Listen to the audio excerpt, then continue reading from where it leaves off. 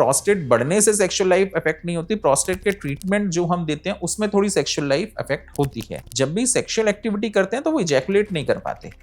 क्यों? क्योंकि उस दवाई से ड्राई इजैकुलेशन होता है, सीमेन तो बनता है लेकिन वो एंटीग्रेड जाने की बजाय यूरिन में मिक्स हो जाता है, और जब आप यूरिनेट करते हैं तो उसके साथ आता है। तो ये पेशेंट को नहीं बताया जाता, तो जब पेशेंट सेक्सुअली एक्टिव होता है तो सीमेन आता नहीं, तो वो तो पैनिक कर जाता है। सभी मर्दों को आगे जाकर के प्रोस्टेट एनलार्जमेंट की प्रॉब्लम होगी? मैम, प्रोस्टेट एनलार्जमेंट पहले से भी होता था। प्रोस्टेट हर मेल में, सिर्फ मेल्स में होता है, पहली बात। ये बढ़ना ही बढ़ना है विद एज। जैसे विद एज हमारे हेयर्स ग्रे होते हैं, हमारे टीथ्स गिरते हैं, उसी तरह प्रोस्टेट हर एज, मेंस की जब एज बढ़ती है तो वो बढ़ेगा ही बढ़ेगा। प्रोस्टेट कैंसर और प्रोस्टेट एनलार्जमेंट में अगर किसी को डिफरेंस समझना हो कि क्या है और इसके लक्षण कैसे थोड़े से अलग हैं, उसके बारे में। मैं मजे की बात है कि दोनों के लक्षण सेम है। आप डिफरेंशिएट नहीं कर सकते इनिशियल स्टेज में। यदि आपका प्रोस्टेट कैंसर है तो आप डिफरेंशिएट नहीं कर सकते whether it is prostate enlargement या फिर प्रोस्टेट कैंसर। साइन वाले भी सिम्टम्स हैं जो एकदम से बताते हैं कि नहीं, केस एकदम इमरजेंसी वाला हो गया। तो कई बार पेशेंट्स ऐसे आते हैं जिनका यूरिन पूरी तरह रुक जाता है, मतलब यूरिन कर ही नहीं पाते हैं। कितने टाइम तक नहीं हो पाता उनका? मैम, यूरिन रुक गया, एक दिन से यूरिन हो ही नहीं रहा, ब्लैडर फुल है, जैसे कभी हमें अर्ज होती है एकदम यूरिन करने की, उनको हो ही नहीं पा रहा। इन दैट केस वो इमरजेंसी कंडीशन, हमें तुरंत उन्हें कैथेटराइज करना पड़ता है। तो यूरिन के अलावा भी कुछ ऐसे और सिम्टम्स दिखाई देते हैं? बार बार उनको यूरिन में ब्लड आता है, वो इवेल्युएशन नहीं कराते, कहते हैं नॉर्मल चीज है। जब कराते हैं तो ये निकलता है। किडनी डैमेज का भी एक खतरा है एडवांस स्टेज पे, कि जब प्रोस्टेट की वजह से इतना बैक प्रेशर बन रहा है कि वो किडनी में रिफ्लक्स हो रहा है, तो किडनी डैमेज हो सकता है। प्रॉब्लम है कि उनकी 9 to 5 जॉब है, सिटिंग जॉब है, वो बैठे रहते हैं 9-9 10-10 घंटे, कई बार 12-12 घंटे भी। तो इसमें बोला जाता है कि ऐसे मर्दों में रिस्क है प्रोस्टेट एनलार्जमेंट का, कि इनके प्रोस्टेट बढ़ सकते हैं। सच्चाई है? ऐसे जो पेशेंट्स होते हैं वो काफी देर तक यूरिन होल्ड करके रखते हैं। हाँ। वो जाते नहीं है लू पे, लेकिन ये गलत चीज है। अगर आप ज्यादा यूरिन होल्ड करेंगे तो आपकी ब्लैडर वीक हो जाएगा, फिर चाहे आपको प्रोस्टेट हो या ना हो, आपको सिम्टम्स आने शुरू हो जाएंगे। रेड मीट को लेके भी कहा जाता है कि red meat is not good for prostate. Red meat is not good for anything, है ना।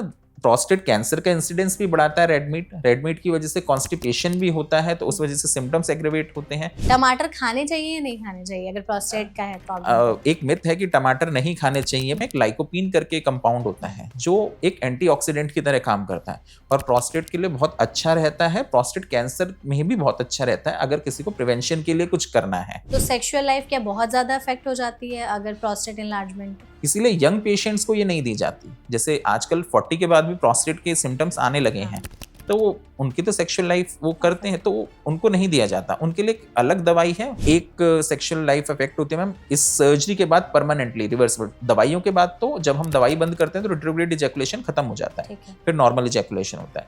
इस सर्जरी के बाद या कन्वेंशनल TURP जो हम सर्जरी करते थे उसके बाद परमानेंटली रिट्रोग्रेड इजैकुलेशन रहता है। अच्छा। उसके बाद पेशेंट को इजैकुलेशन नहीं होगा।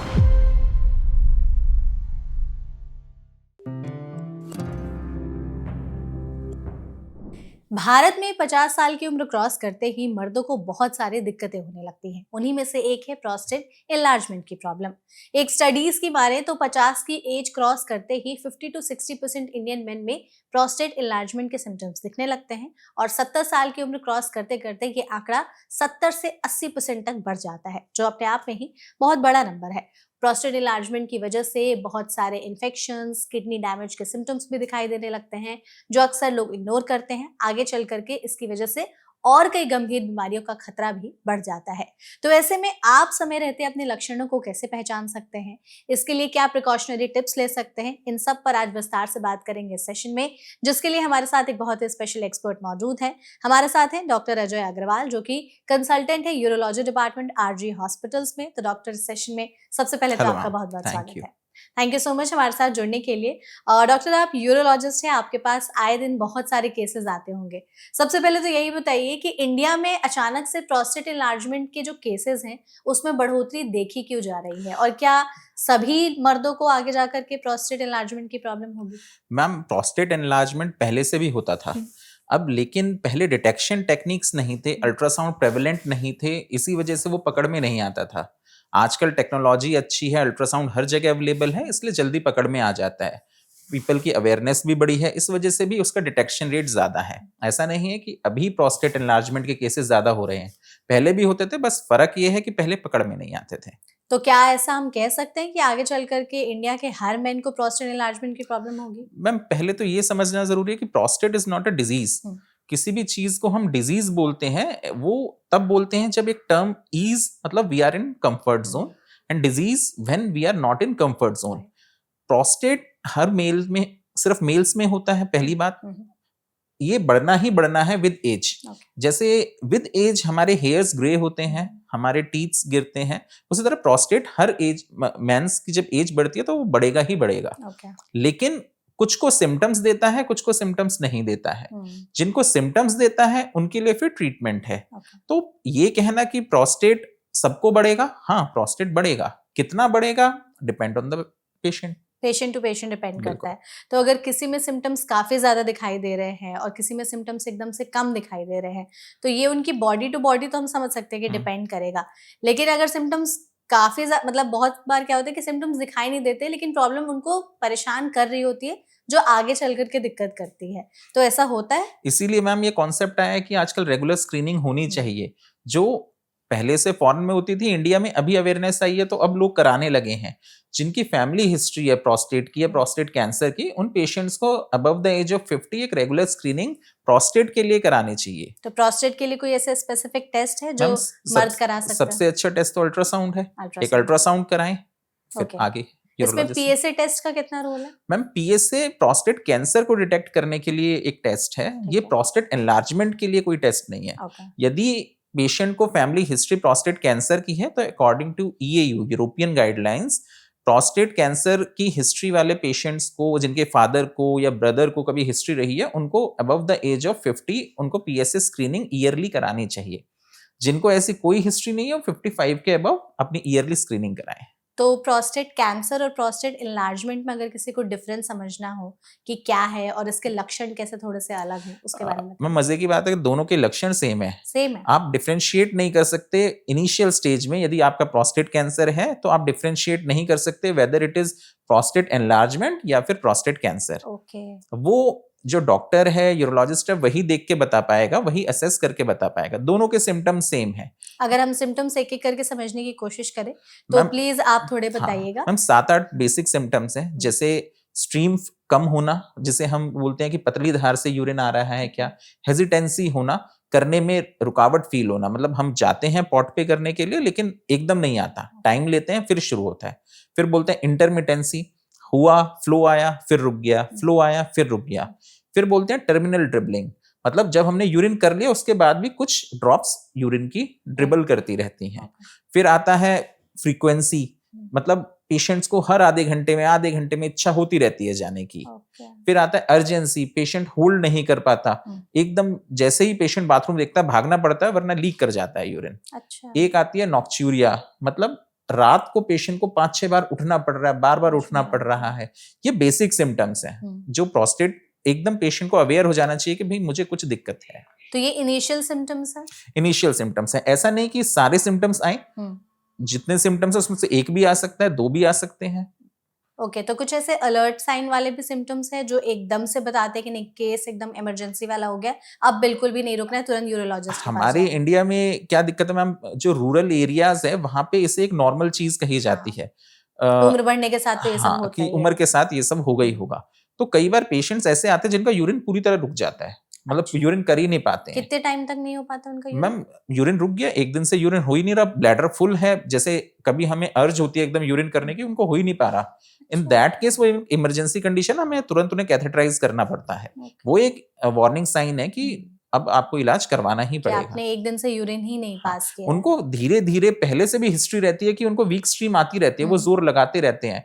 कई बार आपने देखा होगा कि कहीं मॉल्स में या कहीं पब्लिक प्लेस पे भाई हम यूरिनेट कर रहे हैं, कोई भी बंदा 3 मिनट तक 4 मिनट तक यूरिन कर ही रहा है, वो एक साइन है, लेकिन वो इग्नोर करते हैं, कहते हैं कि नहीं ये तो एज की बात है। तो ये बहुत बड़ा मिथ है हमारी सोसाइटी में। तो यूरिन के अलावा भी कुछ ऐसे और सिम्टम्स दिखाई देते हैं, क्योंकि आपने जितने बात की वो सब यूरिन से रिलेटेड है, उसके अलावा कुछ ऐसे लक्षण जो समझ सकते हैं कि शायद प्रोस्टेट बढ़ने की वजह से मर्दों में हो रहे हैं? जैसे बार बार इन्फेक्शन होना, कई पेशेंट सिर्फ इसी कंप्लेंट के साथ आते हैं कि मुझे बार बार इन्फेक्शन हो रहा है। इन्फेक्शन एज इन यूरिन में जलन होना, बहुत तेज जलन होना, दर्द हो रहा यूरिन वाले पार्ट पे, वो भी एक सिम्टम्स है। हिमेच्यूरिया, हिमेच्यूरिया मतलब यूरिन में ब्लड आना, बार बार उनको यूरिन में ब्लड आता है, वो इवेल्युएशन नहीं कराते, कहते हैं नॉर्मल चीज है, जब कराते हैं तो ये निकलता है।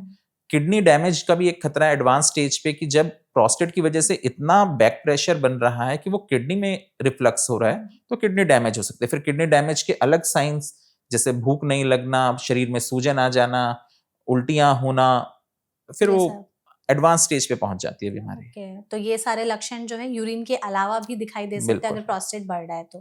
प्रोस्टेट का बढ़ना, अगर आपने कहा कि इसके लिए स्क्रीनिंग जरूरी है, जिसके लिए अल्ट्रासाउंड कराना चाहिए।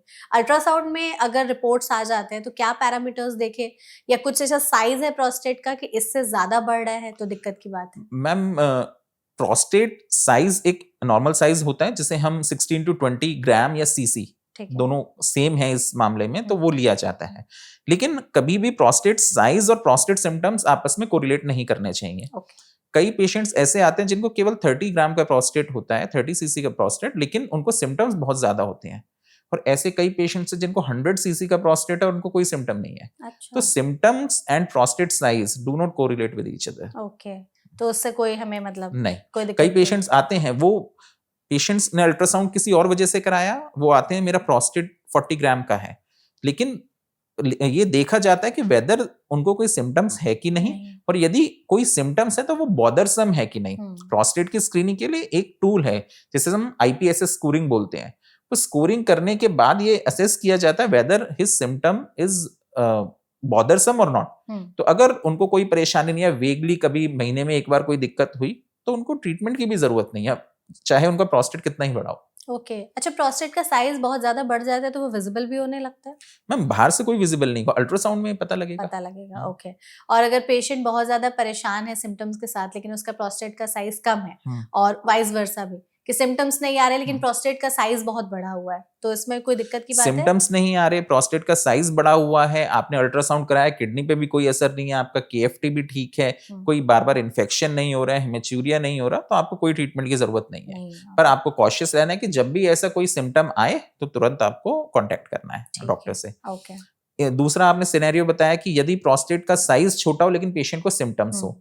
मैम, कई बार ऐसा होता है कि प्रोस्टेट नहीं होता फिर भी पेशेंट को सिम्टम्स होते हैं, वो फिर एक अलग कैटेगरी होती है जिसे हम बोलते हैं ओवर एक्टिव ब्लैडर, की बार बार यूरिन आने की इच्छा हो रही है, या कभी कभार ब्लैडर नेक हाई होती है तब भी यूरिन का फ्लो कम होता है, वो फिर प्रॉपर इवैल्यूएशन करके देखना पड़ता है। ठीक है, ओके। अच्छा डॉक्टर, कुछ ऐसे लोग हैं जो खतरे पर हैं कि इनका प्रोस्टेट बढ़ेगा और इनको सिम्टम्स आएंगे तो इनको दिक्कत ज्यादा हो सकती है, ताकि वो पहले ही अलर्ट हो जाए? मैम, फैमिली हिस्ट्री थोड़ा मैटर करती है प्रोस्टेट के केसेस में। अगर फैमिली हिस्ट्री ऐसी रही है कि प्रोस्टेट बहुत ज्यादा बढ़ा तो उनके भी चांसेस हैं, बढ़ सकते हैं। लेकिन ऐसा कोई मेडिकल लिटरेचर में स्टडी नहीं है कि प्रोस्टेट एनलार्जमेंट का फैमिली हिस्ट्री से बहुत ज्यादा कनेक्शन है। हाँ, अगर फैमिली हिस्ट्री में प्रोस्टेट कैंसर है तो आपको बहुत कॉशियस होने की जरूरत है। ओके। बहुत सारे लोगों के साथ ये प्रॉब्लम है कि उनकी 9 to 5 जॉब है, सिटिंग जॉब है, वो बैठे रहते हैं 9-9, 10-10 घंटे, कई बार 12-12 घंटे भी। तो इसमें बोला जाता है कि ऐसे मर्दों में रिस्क है प्रोस्टेट एनलार्जमेंट का, कि इनके प्रोस्टेट बढ़ सकते हैं, सच्चाई है? प्रोस्टेट एनलार्जमेंट का रिस्क नहीं है ऐसे में, लेकिन ऐसे जो पेशेंट्स होते हैं वो काफी देर तक यूरिन होल्ड करके रखते हैं। वो जाते नहीं है लू पे, लेकिन ये गलत चीज है। अगर आप ज्यादा यूरिन होल्ड करेंगे तो आपकी ब्लैडर वीक हो जाएगा, फिर चाहे आपको प्रोस्टेट हो या ना हो आपको सिम्टम्स आने शुरू हो जाएंगे। तो उनमें ये दिक्कत है, लेकिन ज्यादा समय तक बैठना, ज्यादा समय तक बाइक राइड करना, उससे प्रोस्टेट एनलार्जमेंट होता है, ऐसा नहीं है। ऐसा नहीं है, ठीक है। तो कुछ लोग हैं ऐसे जो ऐसी मिस्टेक्स कर रहे होते हैं जिसकी वजह से उनका प्रोस्टेट एक उम्र के बाद बढ़ने लगता है, जो उनको तकलीफ देता है? मैम, प्रोस्टेट बढ़ता है वो इस वजह से नहीं बढ़ता कि उन्होंने यूरिन होल्ड किया एक, लेकिन हाँ, ब्लैडर वीक हो जाता है तो उनका फ्लो कम आता है। इवैल्यूएशन कराते हैं तो प्रोस्टेट नॉर्मल है, लेकिन ब्लैडर वीक हो चुका है, तो उन पेशेंट से यही कहा जाता है गो टू मतलब लू at regular intervals, urine hold मत कीजिए, और फिर असेसमेंट होती है। ठीक है। कुछ ऐसे एक्सरसाइज वगैरह भी हैं जो करने चाहिए हमारे प्रोस्टेट हेल्थ के लिए? एज पर अगर हम कहा जाए प्रोस्टेट पर से के लिए कोई एक्सरसाइज नहीं है। हाँ, कीगल एक्सरसाइजेस होते हैं जिसे हम पेल्विक फ्लोर मसल एक्सरसाइजेस बोलते हैं, वो करनी चाहिए, वो हेल्दी लाइफस्टाइल के लिए भी अच्छी हैं।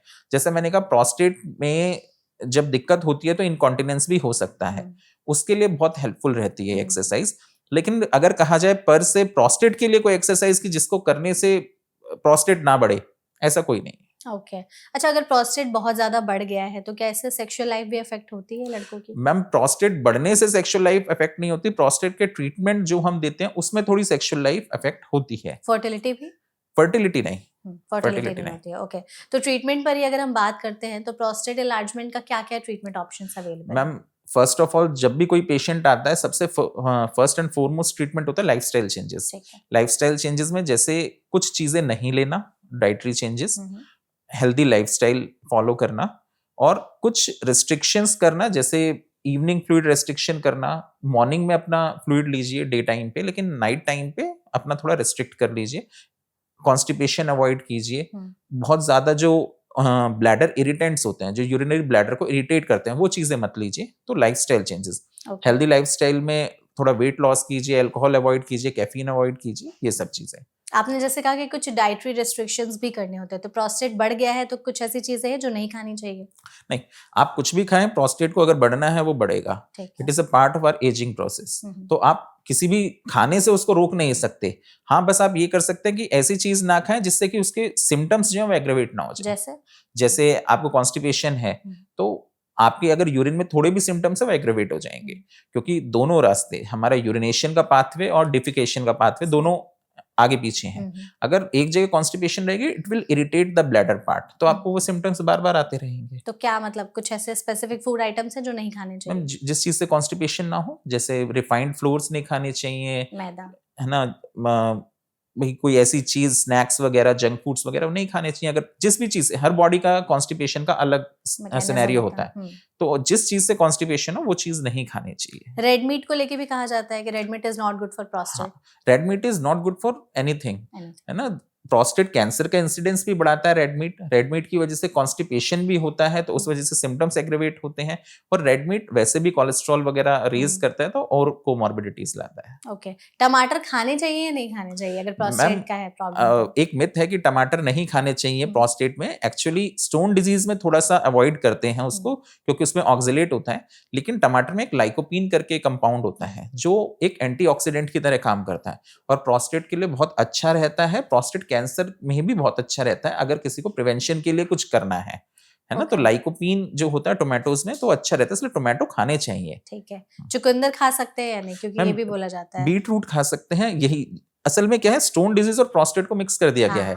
बीट रूट, टमाटर, ग्रीन लीफी वेजिटेबल्स, इन सब में ऑक्सलेट ज्यादा होता है, इसलिए इनको थोड़ा सा कम कर देते हैं स्टोन डिजीज में। उसी को ही फिर प्रोस्टेट से जोड़ दिया गया। तो कुछ ऐसे सुपर फूड्स हैं जो हमारे प्रोस्टेट के लिए अच्छे होते हैं, जो मर्द अपनी डाइट में एक एज के बाद शामिल कर सकते हैं? मैम हेल्दी फूड्स, जैसे हेल्दी फूड्स में जिनमें vitamin C rich foods, oranges, lemons, cauliflower, ये खाना चाहिए। फ्लैक्स सीड्स, सोयाबीन्स, इनमें फ्लेवोनॉइड्स होता है, ये खाना चाहिए।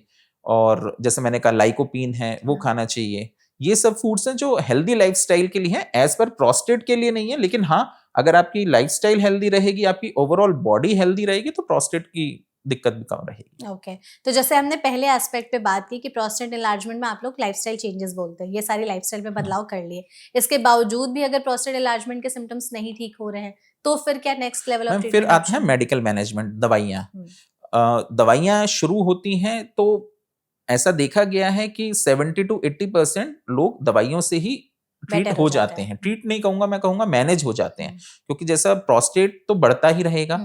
अगर सिम्टम्स आ गए वो बाद में भी आ सकते हैं, तो दवाइयां चलती रहती हैं उनके। लेकिन पेशेंट्स 3 साल, 4 साल, 5 साल दवाइयों पे ही रहते हैं, सही रहते हैं। तो क्या लाइफ टाइम दवाइयां रहती हैं या जब तक सिम्टम्स कंट्रोल मैम होते हैं तब तक? पहले 1-1.5 साल तो दवाइयां खिलाई जाती हैं, उसके बाद दवाई रोक दी जाती हैं।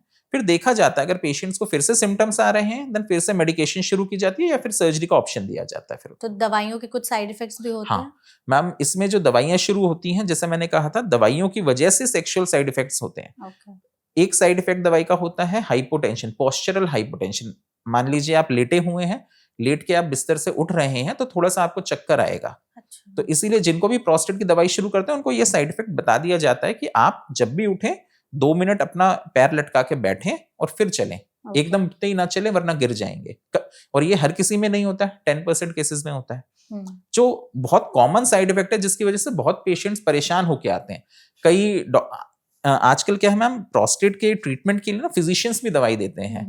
यूरोलॉजिस्ट के पास हर कोई नहीं पहुंच पाता, तो फिजिशियंस जब ये दवाई देते हैं तो वो ये साइड इफेक्ट नहीं बताते उनको। तो मेरे पास तो कई पेशेंट्स ऐसे आते हैं जो सिर्फ इसीलिए आते हैं कि जी हमने ये दवाई ली, इससे ये हो गया। हाँ। मैं जो बात कर रहा हूँ वो बात कर रहा हूँ रिट्रोग्रेड इजैकुलेशन की। ओके। जब भी सेक्सुअल एक्टिविटी करते हैं तो वो इजैकुलेट नहीं कर पाते। अच्छा। क्यों? क्योंकि उस दवाई से ड्राई इजैकुलेशन होता है। सीमेन तो बनता है लेकिन वो एंटीग्रेड जाने की बजाय यूरिन में मिक्स हो जाता है, और जब आप यूरिनेट करते हैं तो उसके साथ आता है। तो ये पेशेंट को नहीं बताया जाता, तो जब पेशेंट सेक्सुअली एक्टिव होता है तो सीमेन आता नहीं, तो वो तो पैनिक कर जाता है। तो ये चीज बतानी चाहिए कि इनकी दवाई के साथ ये बहुत कॉमन है। ओके। तो सेक्सुअल लाइफ क्या बहुत ज्यादा अफेक्ट हो जाती है अगर प्रोस्टेट एनलार्जमेंट होगा मैम, तो? जो इन दवाइयों को हम अपनी मेडिकल टर्म में अल्फा ब्लॉकर्स बोलते हैं। अल्फा ब्लॉकर से रिट्रोग्रेड इजैकुलेशन होता है लेकिन सेक्सुअल प्लेजर ऑर्गेज्म पे कोई फर्क नहीं पड़ता। ओके। वो सब ओके होता है। इसीलिए यंग पेशेंट्स को ये नहीं दी जाती। जैसे आजकल 40 के बाद भी प्रोस्टेट के सिम्टम्स आने लगे हाँ। हैं, तो वो उनकी तो सेक्सुअल लाइफ वो करते हैं, तो उनको नहीं दिया जाता। उनके लिए एक अलग दवाई है अल्फा ब्लॉकर, लेकिन थोड़ी उसमें ये साइड इफेक्ट कम है। ठीक है। तो क्या फर्टिलिटी भी इम्पैक्ट होती है अगर नहीं प्रोस्टेट मैम, बढ़ गया है तो? नहीं। जो एक दवाई है प्रोस्टेट एनलार्जमेंट में हम ड्यूटास्टेराइड करके दवाई देते हैं, उससे थोड़ा लिबिडो कम होता है, तो फर्टिलिटी उसको इफेक्ट थोड़ा-सा नहीं होता। तो लिबिडो अगर कम हो जाता है तो क्या फिर उनकी वही सेक्सुअल लाइफ इफेक्ट होती है? हाँ। ओके। आपने फिर जैसे दवाइयों का बता दिया, तो दवाइयाँ 3-4 साल चल रही हैं अगर, फिर अगर ठीक हो गए सिम्पटम्स तो ऐसा भी है कि वापस आ सकते हैं? मैम, सिम्टम्स तो कभी भी आ सकते हैं क्योंकि आपने दवाइयों से प्रोस्टेट को रोक रखा है। हाँ। जब आप दवाई बंद करेंगे तो प्रोस्टेट फिर से थोड़ा थोड़ा एनलार्ज होना शुरू करेगा एट हिज ओन स्पीड, थोड़ा थोड़ा। अगर सिम्टम्स आते हैं तो फिर सर्जरी करनी पड़ती है।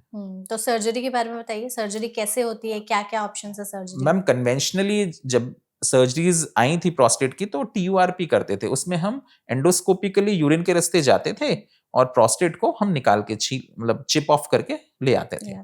अब आजकल लेजर सर्जरीज बहुत पॉपुलर भी हैं और बहुत इफेक्टिव भी हैं।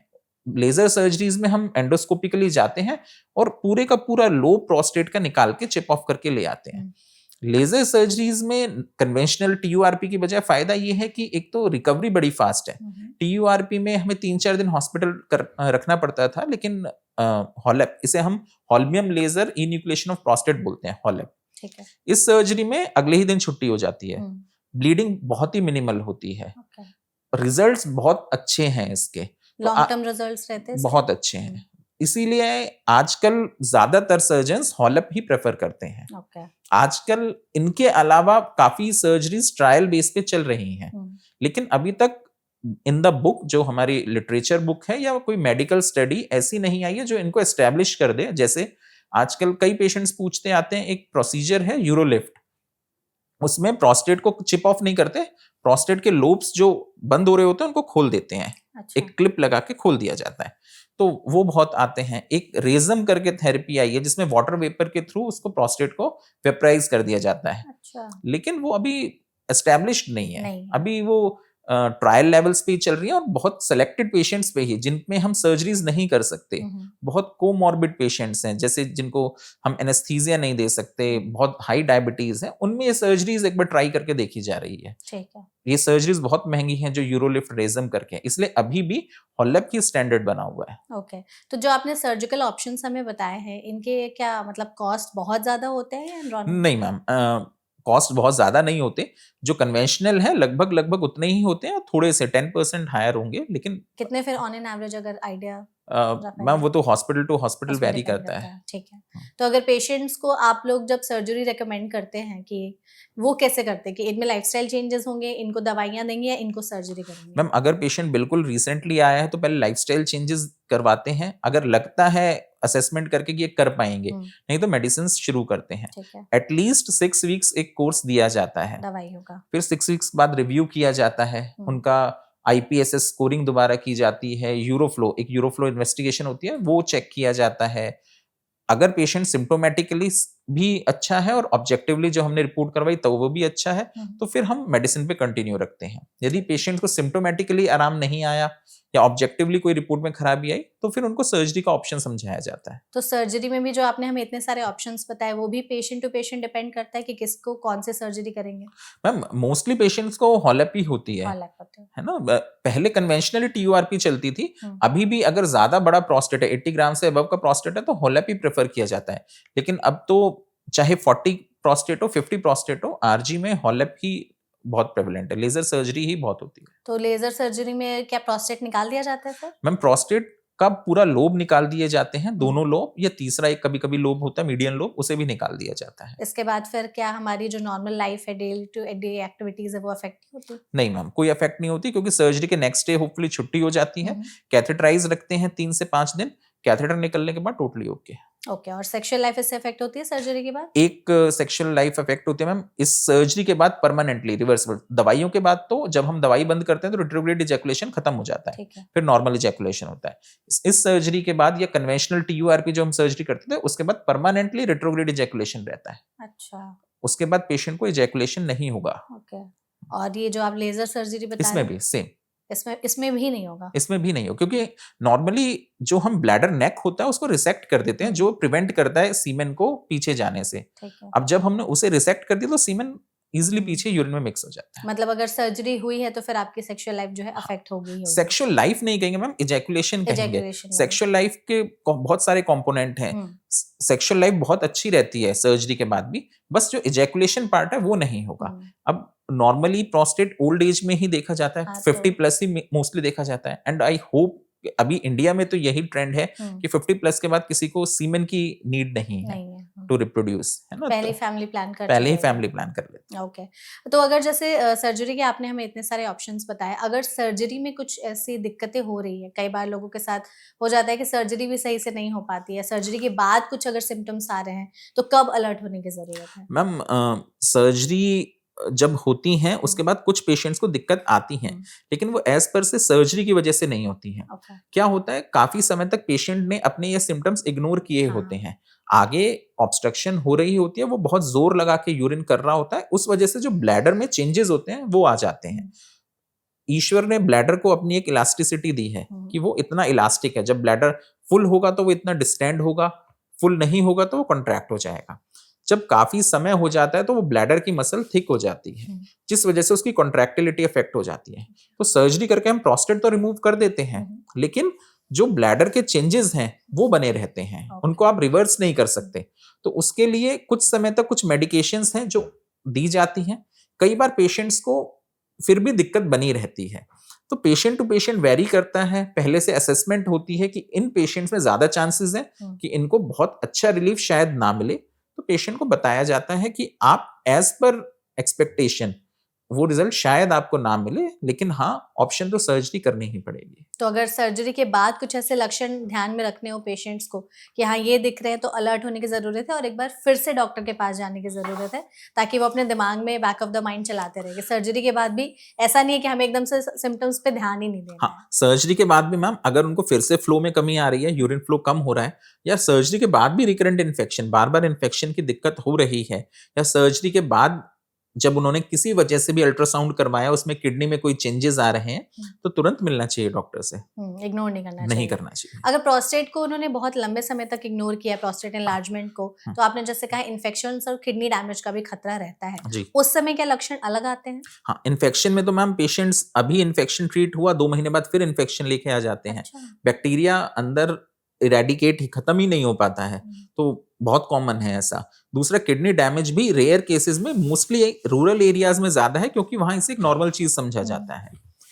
अर्बन एरियाज में इतना लोग अलर्ट हैं कि वो तुरंत कुछ भी होता है तुरंत आ जाते हैं। बिल्कुल, तो ये 2 चीजों का ध्यान रखना चाहिए। रखना है। अगर सर्जरी हो गई है, चाहते हैं कि रिकवरी फास्ट हो, कि प्रोस्टेट का फिर से वो प्रॉब्लम ना आए, कुछ ऐसी चीजें हैं जो मर्द जो है ध्यान में रख सकते हैं? Ma'am healthy lifestyle, healthy food habits, और सर्जरी के बाद भी अपना थोड़ा सा, जैसे मैंने कहा, लाइफस्टाइल चेंजेस रखने हैं। पानी का इंटेक इवनिंग में कम कर देना है, मॉर्निंग में अपना फुल पानी इंटेक लीजिए, कॉन्स्टिपेशन अवॉइड कर देना है। अल्कोहल, कैफीन, स्मोकिंग जो ब्लैडर को इरिटेट करते हैं वो चीजें थोड़ी अवॉइड करनी है। ओके। अगर अल्कोहल का इंटेक बहुत ज़्यादा है किसी में और वो प्रोस्टेट बढ़ने की प्रॉब्लम से परेशान है, तो क्या उनके सिम्टम्स को और बढ़ा सकता है? हाँ मैम, अल्कोहल पर से प्रोस्टेट एनलार्जमेंट का कॉज नहीं है, लेकिन हाँ प्रोस्टेट एनलार्जमेंट में यूरिन बार बार जाने की इच्छा होती है, फ्रीक्वेंसी होती है। अल्कोहल इज ए डायूरेटिक, वो यूरिन ज्यादा बनाता है, तो पेशेंट्स बार बार ऑलरेडी जा रहा है और अल्कोहल लेने के बाद फिर और बार बार जाएगा, तो उनके सिम्टम्स एग्रेवेट हो जाते हैं। सेकेंड, अल्कोहल में जो इथेनॉल होता है वो ब्लैडर को इरिटेट करता है। ब्लैडर इरिटेट होता है तो कई बार अंदर यूरिन कलेक्शन ना होने के बावजूद भी उसे बार-बार जाना पड़ता है। तो अल्कोहल हुए यही चीज़ कैफ़ीन में होती है। हाँ। कैफ़ीन भी ब्लैडर को इरिटेट करता है, तो वो चीज़ अवॉइड करनी चाहिए। तो जो लोग क्या ज़्यादा चाय कॉफ़ी पीते हैं तो उनमें हाँ, प्रोस्टेट की हम प्रॉब्लम ज़्यादा लाइफ़स्टाइल होती है? चेंजेज़ में हम सलाह देते हैं पेशेंट को कि यदि आपको प्रोस्टेट के सिम्पटम्स हैं, आपको फ्रीक्वेंसी है, हुँ। तो आपको चाय, कॉफ़ी कम से कम करनी पड़ेगी। तो कितना कोई ऐसा लिमिटेड अमाउंट है? नहीं, लिमिट नहीं मैम, हम तो कहते हैं अवॉइड कीजिए, बट बंद सम नहीं। पेशेंट्स अवॉइड नहीं कर पाते, तो हुँ। जितना कम कर सके। ओके। तो क्या चाय कॉफ़ी बहुत ज़्यादा पीने से भी प्रोस्टेट की दिक्कतें बढ़ नहीं, सकती हैं? चाय, कॉफ़ी ज़्यादा पीने से एज़ पर प्रोस्टेट नहीं बढ़ता, उनके सिम्पटम्स ज़रूर एग्रवेट हो जाते हैं। चाय कॉफ़ी की जैसे आपने बात की, लेकिन कुछ ऐसे ड्रिंक्स भी हैं अगर वो लोग पीते हैं तो जिसकी वजह से यूरिन पास करने की अर्ज ज़्यादा बनती है और फिर वो अ, पास नहीं कर पाते तो सिम्पटम्स और जैसे बढ़ आजकल जाते हैं। एनर्जी ड्रिंक्स बड़े पॉपुलराइज़ हैं मैम कि हर एड्स में भी एनर्जी ड्रिंक्स आ रहे हैं, उनमें भी कैफ़ीन होता है, तो वो हुँ। नहीं लेने चाहिए। जैसे जो फ़िज़्ज़ होता है जिनमें हाँ। एपी फ़िज़्ज़ हुए या कुछ ऐसी और भी चीज़ें हैं जो अगर प्रोस्टेट को बढ़ा रही हैं तो मर्द जो है वो अपनी डाइट से कट कर सकते हैं या हटा सकते हैं ताकि उनकी प्रॉब्लम्स ज़्यादा ना बढ़े? मैम फाइबर लेस फूड्स जैसे रिफाइंड फ्लोर्स नहीं लेने चाहिए, हुँ। होल सीरियल्स ही लेने चाहिए, रेड मीट नहीं लेनी चाहिए, जंक फूड्स नहीं लेने चाहिए, फ्राइड फूड्स नहीं लेने चाहिए। बेसिकली प्रोस्टेट से ये रिलेशन नहीं है, बेसिकली हेल्दी लाइफस्टाइल से है। हुँ, हुँ। तो अगर आपकी लाइफस्टाइल हेल्दी है तो अपने आप वो हर ऑर्गन पे अफेक्ट करेगा। और ड्रिंक्स में जो आपने बताया एक बार फिर हाँ, से वो बता दीजिए समरी अल्कोहल, करके? कैफीन, कोल्ड ड्रिंक्स ये सब एंड चीज़ें। एनर्जी ड्रिंक्स ये सारी चीज़ें अवॉइड अवॉइड करने करनी चाहिए। चाहिए, बिल्कुल। डॉक्टर ये भी बताइए कि एक बार हमारी ऑडियंस को कि अगर प्रोस्टेट की प्रॉब्लम्स काफ़ी ज़्यादा बढ़ रही है, तो आपको किन बीमारियों के होने का रिस्क भी बढ़ जाता है? हम अगर प्रोस्टेट के सिम्पटम्स ज़्यादा हो रहे हैं तो इन्फेक्शन, यूरिन इन्फेक्शन का, किडनी डैमेज का, ब्लड इन द यूरिन, हेमेच्यूरिया जिसे बोलते हैं हुँ, उसका, उसके साथ-साथ कई बार हालाँकि ये प्रोस्टेट एनलार्जमेंट से रिलेशन नहीं है। हुँ, हुँ, प्रोस्टेट एनलार्जमेंट और प्रोस्टेट कैंसर का कोई रिलेशन नहीं है, लेकिन देखा गया है कि प्रोस्टेट कैंसर भी होता है। हुँ। तो जैसे हमें लगता है कि प्रोस्टेट बढ़ने की जो दिक्कत है, वो उम्र बढ़ने वाली दिक्कत है, तो हुँ, 50, 60, 70 साल की एज में होती है। बिल्कुल। यंग एडल्ट्स जो है वो मोस्टली सिम्पटम्स इग्नोर कर देते हैं, लेकिन बहुत सारे केसेज़ में यंग लोगों में भी प्रोस्टेट बढ़ने की प्रॉब्लम हो अगर रही है आजकल। इंसिडेंस देखा जाए मैम हुँ, इंडिया में तो अबव 40 अराउंड 25% इंसिडेंस है। है। अबव 50 35% इंसिडेंस है एंड अबव 60 अ, तकरीबन 60 टू 70%, अबव 70 80% इंसिडेंस है। इंसिडेंस है। तो यंग एडल्ट्स में क्या लक्षण अलग होंगे? नहीं, सिम्पटम्स सेम होते हैं हुँ, लेकिन वो इग्नोर थोड़ा अच्छी तरह कर लेते हैं, मीनिंग हुँ, यंग एडल्ट्स थोड़ा-सा यूरिनेट करते हैं, अगर उनका फ्लो भी कम है वो एब्डोमिनल प्रेशर से, पेट के प्रेशर से हुँ, यूरिनेट कर लेते हैं, तो वो इतना फील नहीं करते कि मेरा वीक स्ट्रीम है। हुँ, लेकिन हाँ, जब ज़्यादा बुजुर्ग हो जाते हैं तो भई उनमें इतनी एब्डोमिनल प्रेशर उतना नहीं लग पाता, तो उनको सिम्पटम्स आते हैं। हुँ। यंग एडल्ट्स बेसिकली इग्नोर कर देते हैं इस चीज़ को। बिल्कुल। तो आपने जैसे कहा था कि प्रोस्टेट एनलार्जमेंट और कैंसर के लक्षण भी सेम होते हैं। तो अगर समय रहते पहचानना हो कि कहीं ये दिक्कत प्रोस्टेट बढ़ने की वजह से हो रही है या कहीं ये प्रोस्टेट कैंसर तो नहीं है, कैसे पहचानेंगे? मैम जैसा मैंने कहा कि दोनों के सिम्पटम्स सेम हैं, तो जब असेसमेंट होती है तो हम एक पीएसए टेस्ट कराते हैं। हुँ, हुँ। एक हम डिजिटल रेक्टल एग्जामिनेशन करते हैं, हम रेक्टम में फिंगर से पैल्पेशन करते हैं, उससे भी हमें एक आइडिया लगता है। अगर दोनों ही हमें डाउटफुल लग रहे हैं, फिर पेशेंट का इवैल्यूएशन करके एक आजकल प्रोस्टेट इमेजिंग चल रही है जिसे हम मल्टी पैरामेट्रिक एमआरआई बोलते हैं, वो करवाया जाता है और बायोप्सी ली जाती है। हुँ, अगर उसमें प्रोस्टेट कैंसर आता है तो एज़ पर कैंसर ट्रीटमेंट होता है। यदि वो बिनाइन आता है तो सिर्फ प्रोस्टेट एनलार्जमेंट की तरह से ट्रीट होता है। ठीक है। तो आई थिंक इस सेशन में हमने प्रोस्टेट एनलार्जमेंट पर अच्छी खासी डिस्कशन की है। हम चाहते हैं कि जाते-जाते आप हमारी ऑडियंस को कुछ ऐसे टिप्स या एडवाइस ज़रूर दें कि अगर वो चाहते हैं कि उनकी प्रोस्टेट हेल्थ अच्छी रहे, प्रोस्टेट बढ़ने के जो सिम्पटम्स हैं वो ज़्यादा उन्हें परेशान ना करें। कौन-सी चीज़ें हैं जो उन्हें अपनी लाइफ़स्टाइल में इम्प्लीमेंट करनी चाहिए ताकि उनकी प्रोस्टेट हेल्थ अच्छी रहे? देखिए 3-4 पॉइंट्स हैं मैम। एक तो खाने पे थोड़ा ध्यान रखना हुँ, चाहिए कि हमें ऐसी चीज़ नहीं खानी चाहिए जिससे कॉन्स्टिपेशन हो, हुँ, क्योंकि वो काफ़ी दिक्कत देगी। हमें जंक फूड्स, रेड मीट्स ये चीज़ अवॉइड करनी चाहिए। हमें बेवरेजेज़ जिनमें कैफ़ीन। इरिटेंट्स हैं, स्वीटनर्स हैं, इनको अवॉइड करना हुँ, चाहिए। हमें एक हेल्दी लाइफ़स्टाइल अडॉप्ट करनी चाहिए, रेगुलर एक्सरसाइज़ करना चाहिए। हालाँकि रेगुलर एक्सरसाइज़ से पर से प्रोस्टेट के साथ-साथ पूरी बॉडी भी हेल्दी हेल्दी रहेगी। रहती है। तो ये कुछ हैं, कुछ एक्सरसाइजेज़ हैं जैसे कीगल वगैरह, वो करना चाहिए। प्रोस्टेट एनलार्जमेंट में शायद फ़र्क ना दे, लेकिन हाँ, आपकी जो लोअर मसल्स हैं उनको स्ट्रेंथन करेगा। बिल्कुल। और जब भी सिम्पटम्स हों उसे बिल्कुल इग्नोर नहीं करना है। हुँ, ज़रा-सा भी सिम्पटम्स हो, आजकल इतनी अवेलेबिलिटी है, इतनी स्क्रीनिंग्स हैं, वो ज़रूर करवाना चाहिए। ऐसी स्टेज में डॉक्टर के पास नहीं आना चाहिए कि जब हुँ, काफ़ी दिक्कत बढ़ जाए और जब डॉक्टर भी एक लिमिट तक ही ट्रीट कर पाए, ऐसा correct. नहीं हो, अपना इनिशियली स्क्रीनिंग करवा लीजिए उस चीज़ की। करेक्ट। मतलब आपने जैसे सिम्टम्स की बात की, तो हम चाहते हैं कि कुछ लक्षण भी आप 4-5 पॉइंट्स में बता दीजिए कि ये लक्षण दिखाई दे रहे तो तुरंत यूरोलॉजिस्ट के पास जाकर के मिलो, लंबे समय तक इग्नोर ना करें। जैसे पतली धार से यूरिन आना, यूरिन करने में ज़्यादा समय लगना, आप जितनी देर में कर रहे हो उतने में 3 आदमी यूरिन करके चले जाएँ, ऐसा ना हो। बार-बार यूरिन जाना, यूरिन को होल्ड नहीं कर पाना, रात को बार-बार उठना, यूरिन करते वक़्त होना रुकना, ये सब चीज़ें प्रोस्टेट सिम्पटम्स के अर्ली साइन्स हैं। तो इन पर ध्यान देना चाहिए। बिल्कुल। बिल्कुल। Thank you so much doctor, session में हमारे साथ जुड़ने के लिए। आपने प्रोस्टेट एनलार्जमेंट पर बहुत ही अच्छे से हमें इंसाइटफुल चीज़ें बताई। आई होप इस वीडियो के ज़रिए हमारी ऑडियंस को बहुत हेल्प मिली होगी। Thank you ma'am. Thank you so much and I hope you enjoyed the session. Sure ma'am, thank thank you so much. Thank so audience, अगर आपके मन में प्रोस्टेट एनलार्जमेंट से रिलेटेड और भी कोई सवाल रह गए हैं तो आप कमेंट सेक्शन के जरिए हमसे पूछ सकते हैं। हम पूरी कोशिश करेंगे डॉक्टर के जरिए ही उन सभी सवालों के जवाब देने के। ऐसे और भी वीडियोस के लिए हमारे चैनल एनबीटी लाइफ को सब्सक्राइब करना ना भूलें। आप चाहे तो हमें और भी टॉपिक्स के सजेशंस दे सकते हैं कि हम और किन टॉपिक्स पर वीडियोस बनाएं। हम पूरी कोशिश करेंगे अगले पॉडकास्ट उन टॉपिक्स पर करने के लिए। Thank you so much.